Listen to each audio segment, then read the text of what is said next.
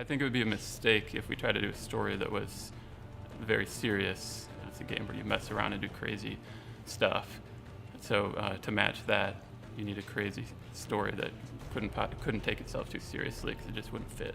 Some of a critique that we had in Just Cause 2 was about the story itself.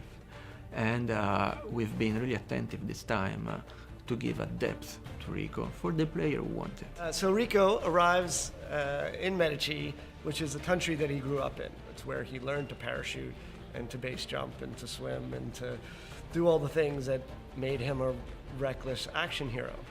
One night, a coup happened and Di Ravello took power. On that night, his parents were killed and he had to escape from the island.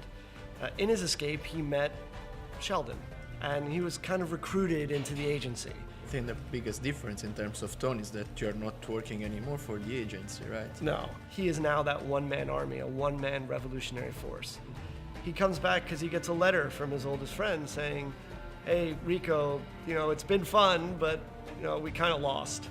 And Mario knows what a great action hero Rico is, and suddenly the tides start turning, and people start joining the rebellion, allowing eventually the exiled leader who was pushed out those many years ago during the coup to come back and start rebuilding a democratic state.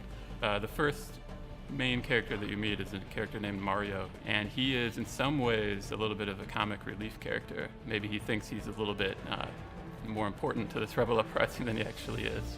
We introduced Di Ravello as soon as possible, and we're trying to build basically a rivalry, almost a one-on-one rivalry with the player and Di Ravello throughout it. The story involves a super element that the evil dictator uses to build these super weapons. But he is still that omniscient supervillain off in the distance, intent on world power.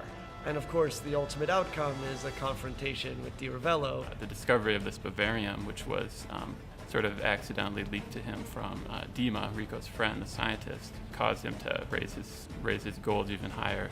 Something that is highly destructive and magnetic. It's just an awesome material. The next level of uranium, if you will. We hope that the characters are enough fun that you don't mind the 30-second cutscene that's introducing what absurd mission you're about to go on. At first we were going to just do regular motion capture and do our VO in it, but to try to improve the quality a little bit, we ended up using full performance capture. So we capture the facial animation with the actors in full suits, including their voice. What this does is you get a little of the gesticulation that we all do, and it ties with how they're emoting within their voice. It's a subtle difference, but I think it improves quality quite a lot. The second piece to it is that we could actually have a cameraman, and what's funny, he's not really holding a camera, he's actually holding a little flat screen with dots on it, and when he looks through the flat screen, he sees the game world. So you're actually able to capture the world. This really helped quite a lot in bringing life to our short cinematics. From the beginning, we know that, this is our mechanics, and we prototyped them really early, so we kind of know exactly how they're going to work, so we can kind of be building missions around that. I would say from a gameplay perspective, our missions are excuses to let you try cool things and do cool things.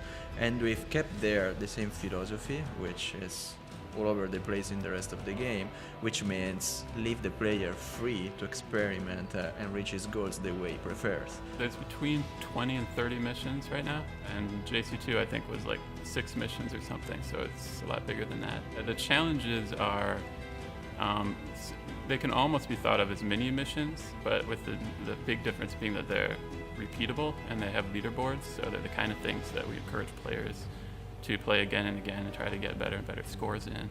A lot of times we'll put a challenge start that's right next to where the mission ends. Many of the missions involve rebels involved in combat that Rico is also involved in. Like for example, in the civilian settlements that you're liberating, you can, there's police stations in most of the towns. The idea is to cause havoc in the police station by blowing stuff up and wrecking everything. And rebels will start coming in to assist you. And they have fully fleshed AI involved in this faction versus faction combat, so you can, to some extent, leave them there and let them continue to take care of the police station while you're going to, say, rip down a statue or do whatever else you want to do in the town. We're trying to build such a systemic AI as possible, and what I mean by that is that basically they can handle kind of all situations. We create a response, so if they hear a gunshot at any point, they should kind of react in a systemic way to that. So if they see a military or the military sees them, they're gonna start fighting each other, and so it's having a balance so that should happen, but it shouldn't turn into like World War III inside of a town. You know, these people live in this world and they want this revolution to succeed. And it's not just about destroying everything and walking away. Because Rico has an attachment to this world, he wants to go further than just destroying, so that he doesn't leave it in just total fire and chaos at the end.